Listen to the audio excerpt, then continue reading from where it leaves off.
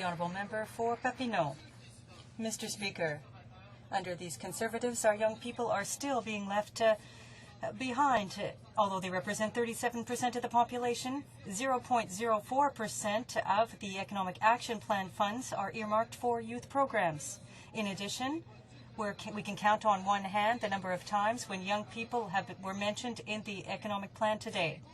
If the Conservatives are not concerned with our young people, then how can they say that they're concerned with the future of this country? The Honourable Minister of Canadian Heritage. Speaker, this government is making very important investments in young Canadians across the country. I know that in my department alone, we're investing well over $100 million in youth programs across this country that will see young Canadians involved in this country. And Mr. Speaker, I can tell you, as a young member of Parliament, as a young minister, I can tell you that all Canadians benefit, young and old. All Canadians benefit when this economy turns around, is moving in the right direction with lower taxes and better opportunity, and that will only happen with a Conservative government. The Honourable Member for Papineau. Speaker, the member opposite wants to talk about programs. Well, let's talk about what little they did for youth when we have an analysis of all youth skills-linked program announcements from January to August.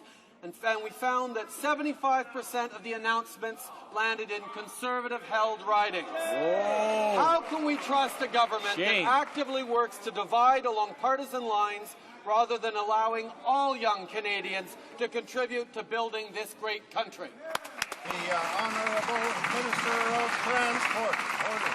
Mr. Speaker, it's this government which has put an unprecedented of infrastructure spending in every corner of this country, Mr. Speaker, regardless of how a province or a riding votes, Mr. Speaker. This government is committed to equal distribution of infrastructure spending. Any proper and fair examination would show that. We're making substantial investments like the one the Prime Minister made last week in northwestern British Columbia for $137 million to support clean electricity, or investments that we're making right here in the City of Ottawa, at Ottawa University and at Carleton University, so that young people can have better access to a good education that will help them get the job that they need to succeed in the future.